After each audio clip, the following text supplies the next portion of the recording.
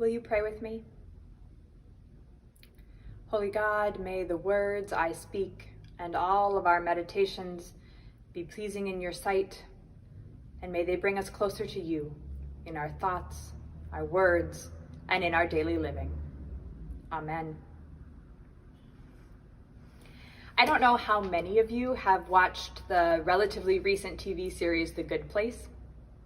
Although it was spectacularly irreverent, I don't think there's ever been a more thorough and hilarious contemporary look at the field of ethics, which happens to be our topic for today. Now, in the series, one of the main characters, Chidi Anagonye, is a professor of moral philosophy, and he ends up in the bad place. Now, he has studied every answer to the question of how to determine what is good and how to be virtuous. But because of this, he cannot make even the simplest of decisions. The choice of almond milk or dairy milk agonizes him because he knows the environmental impacts of both. Almonds, 16 gallons of water is needed to produce a single glass of almond milk in one of the areas of the country that is experiencing the greatest drought, so he is paralyzed. Every single decision is too fraught to do the right thing. And so he simply does nothing, to the detriment of all of those around him. And when he finds out he is in the bad place, he assumes it is because he chose the almond milk. He cannot see that it is the fact that his obsession with always doing the right thing leads him to never do anything at all. When it seems like everything is falling apart, where every decision carries such a heavy moral weight, how do we live? We are 3 weeks into our series on the relationship between our faith and our political or civic life together. Now, in our first week, we looked at what we mean by faith and what we mean by politics, and how both, in fact, rely on one another to flourish. What is civic life without our moral commitments? And what is faith if lived without regard to our life together? In the second week, last week, we looked at the way Christianity has interacted with culture in the past millennia or so, either withdrawing from it or being subsumed to it, or at its best, working as a transforming force, both for the individual and for the culture at large. Now, this week, we are going to look at how. How does that happen? How do we make these decisions and have these conversations on a day-to-day basis when everything feels so fraught? And how should we as individuals approach our political decisions? How then should we live? For some folks, I know the answer is easy. You simply follow the rules. You are hearing this more and more these days, are you not? Well, it's not new. The early Hebrews were clearly into rules-based ethics, as they're called. After the garden, there were 10 commandments. But it turns out 10 isn't quite enough. What does it mean to honor your father and mother? What does it mean to keep the Sabbath holy? What does it mean to take the Lord's name in vain? If I have livestock, is feeding them work on the Sabbath? Or what about cooking? The Reverend Adam Hamilton outlined all of this in his series over a decade ago. And it is from his sermon that I have taken today's message. And when he preached this, he pointed out that when you go to Jerusalem, the elevators are programmed to stop on every floor on the Sabbath, because pushing the button is considered work, which means somebody spent time to figure that out, if that was work or not. And this is true even in New York City apartment buildings with large concentrations of Orthodox Jews. This type of rules-based approach needs a rule for every situation. And let's be honest, the people of the Bible, they tried. All in all, there are over 600 commandments in the Old Testament, and there are another 800 or so more in the New Testament. That's right, 1,400. How then shall we live? Evidently with our nose in a book. There's probably a rule for it. And while Jesus was clear, he came to fulfill the law, not abolish it, we know that he didn't mean by obsessively following every rule like Chidi Anagonye. Instead, for example, in the case that we looked at last week, that of the woman caught in adultery, the rule was stoning. And we know that Jesus didn't pick up a stone. We know that he healed and that he gleaned from the fields on the Sabbath. And the disciples didn't always wash their hands before eating in the ritually prescribed way, so clearly he rejected this approach. How then shall we live? Well, the other pole says we should base our ethics and morality on the consequences. What will happen if I or we do this? Now, this I know sounds good at first, and a great deal of political theory has tilted towards this understanding of the ends justify the means. John Stuart Mill landed at this pole with his theory of utilitarianism, or that which does the most good for the most people is the most right. But this is obviously problematic in terms of our Christian lens. One need only think of our debates about the use of torture to understand why. But it is also clear that this is not what the gospel tells us to do. In fact, this was the very reasoning put forth by Caiaphas, the high priest, as the reason to arrest Jesus. You do not realize, he warned, that it is better for you that one man die for the people than that the whole nation perish. Kill Jesus and appease the Romans is a pretty good illustration of a consequence or outcome-based ethic. And it forms the basis of one of history's most enduring crimes. Now, there is a third school of thought favored by Aristotle and Plato in different forms, and that falls just outside of these spectrums of rules and consequences. Rather than asking, what must I do? What must I do to inherit eternal life? This school asks the question, who should I be? It asks us to identify key virtues we want to define our life and to live according to those virtues. Now, I understand that also sounds pretty good at first, but it gets very complicated very quickly. Is a virtue sufficient to enable you to respond to complicated situations? Does one have enough wisdom to be able to determine the virtuous action in any given situation? What do you do when two virtues collide, such as honesty and telling the truth, and compassion and remaining silent? Who determines what is good? Does this sound at all familiar? On the one hand, we have law and order, rule following. And on the other, we have what is good and right and just. But as we saw last week on our discussion about the intersection of culture and faith, there is very little agreement on the terms when we have the conversation in these terms. Who makes the rules? Who gets to decide what is good? And so we end up talking past one another. One school of virtue thought says we should pick a person we admire. Plato, say, or Jesus, and then try to act in every single situation as they would. But I am not sure that I know how Jesus would react to having a cell phone. You might know the slogan. It was quite famous when I was a teenager. What would Jesus do? Well, the problem with this question is that we are not Jesus. We aren't necessarily supposed to be. We are supposed to be us. So a better question is, what would Jesus have me do? Which is essentially just our first question asked another way. The question of the lawyer to Jesus, how then shall I live? The Word became flesh and dwelled among us. I have come not to abolish the law, but to fulfill it. Christian, at its root, means little Christ. To be a Christian means to attempt to live the life that Jesus would have you live. To understand that in Jesus we find the fullest human expression of divinity and the fullest divine expression of humanity.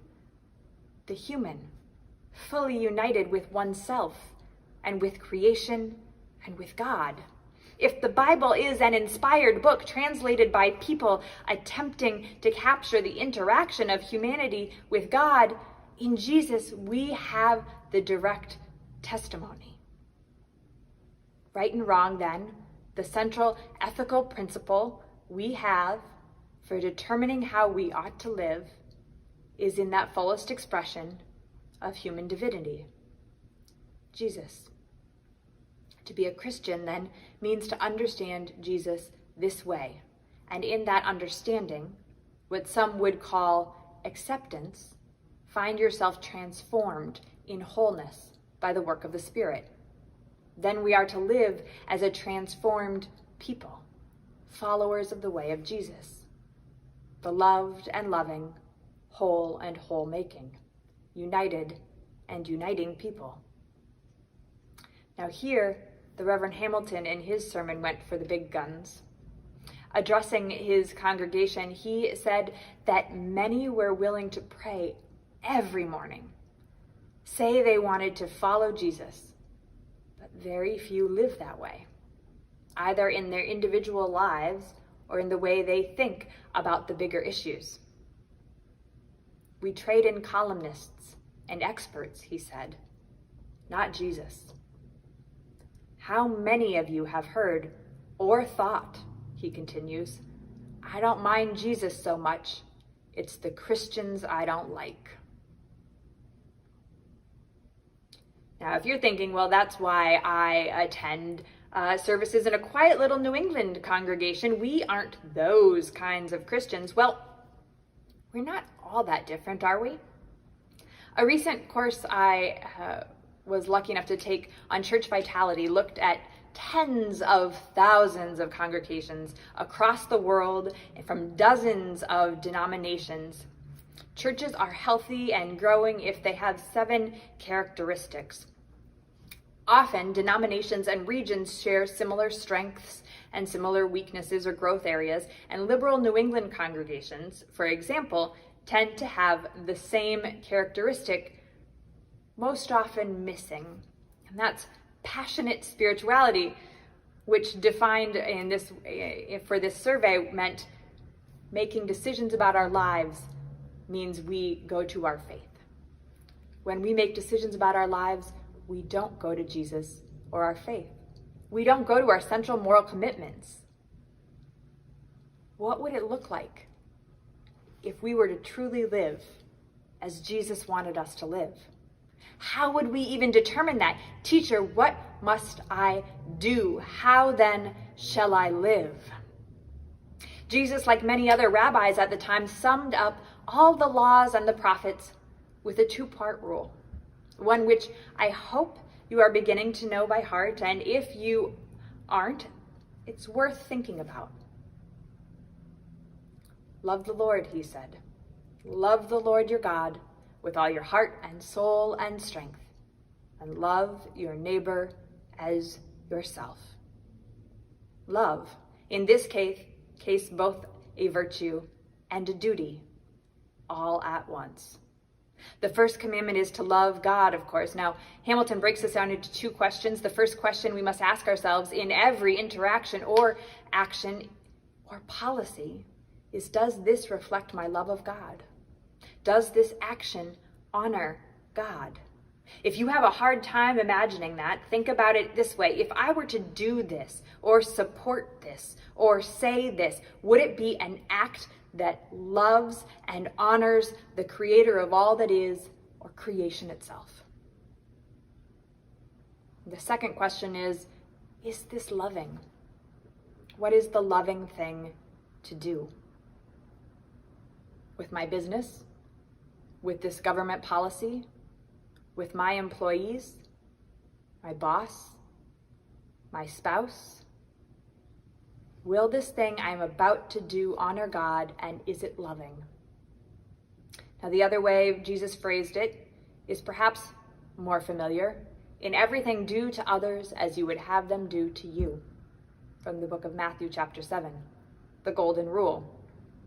Would I still think this were love if it were done to me? Which, as Hamilton reminds us, works not just in our interpersonal relationships, but also our political ones. What does it feel like to be treated this way? By my boss, by my employee, by my spouse, by my representatives, by my fellow citizens, by another country? Will this thing I'm about to do reflect my love of God? Is it loving? And would I want someone to do this to me? Well, sure, the man says to Jesus, I've always done those things. Who's my neighbor? And this is where Jesus tells the story of the Samaritan, the second-class citizen, the heretic, the certainly not my neighbor. Because stories are easier to remember than moral rules. Now, Dr. King imagined the priest and the Levite with important meetings, organizing meetings, to improve the Jericho road even. He asked the listeners to understand that the road was dangerous, and they might have feared for their lives in stopping to help the man. About his brother.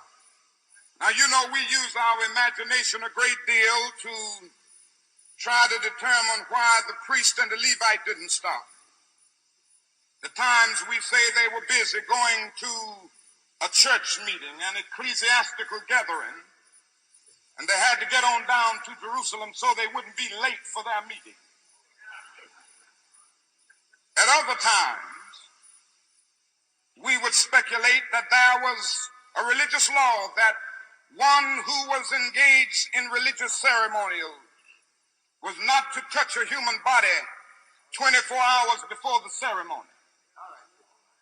And every now and then we begin to wonder whether maybe they were not going down to Jerusalem, down to Jericho rather, to organize a Jericho Road Improvement Association.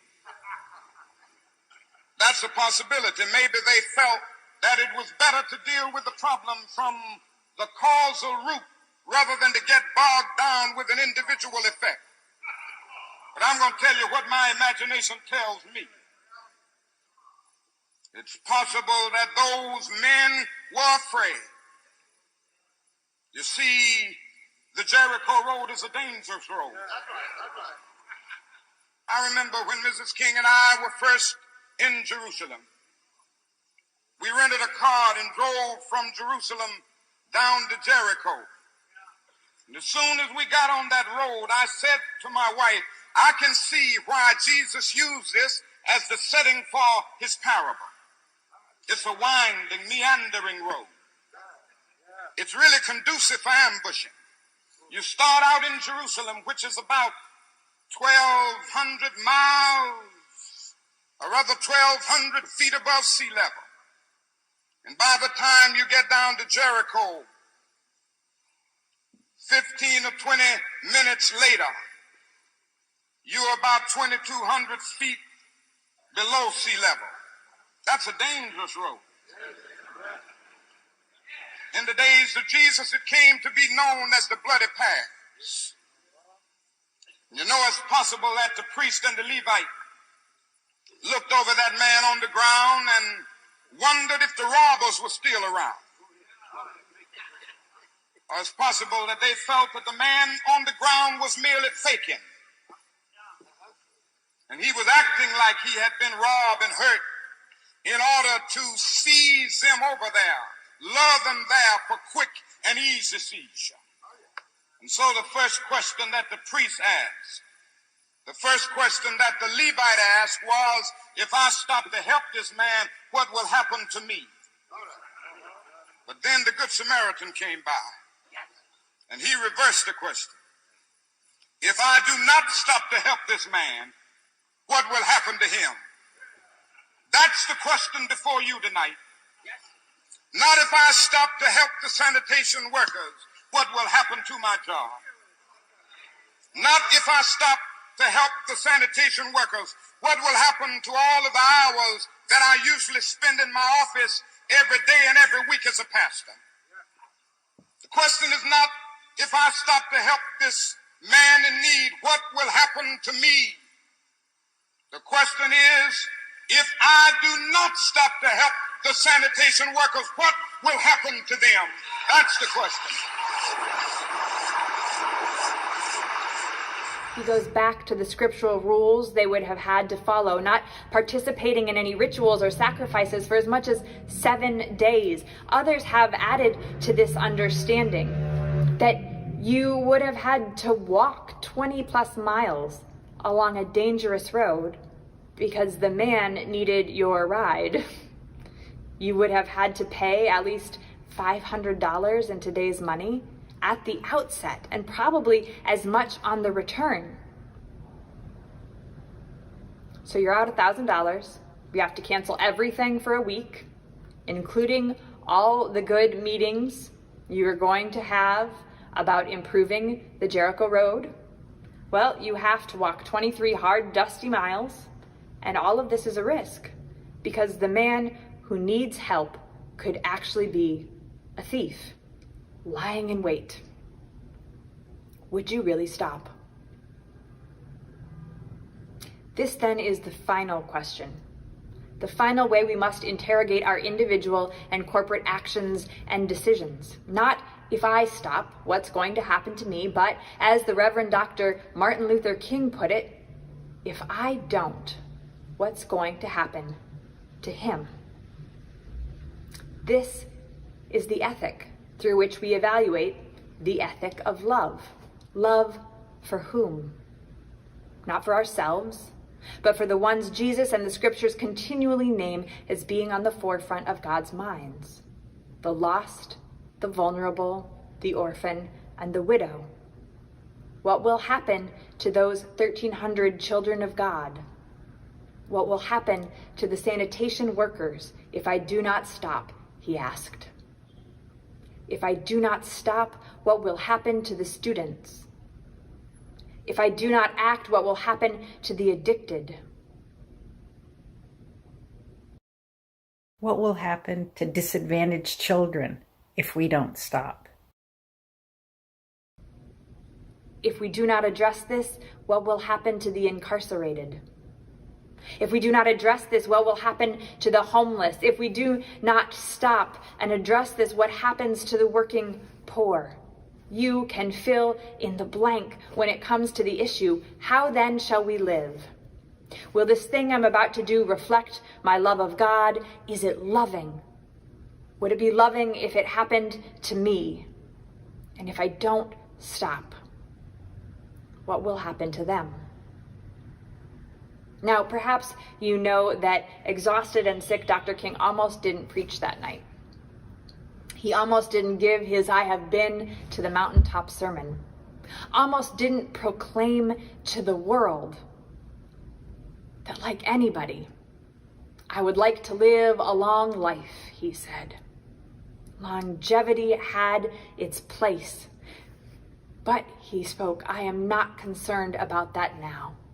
I just want to do God's will, and he's allowed me to go up to the mountain, and I have looked over and I have seen the promised land. I may not get there with you, but I want you to know tonight that we as a people will get to the promised land. And I'm happy tonight. I'm not worried about anything. I'm not fearing any man.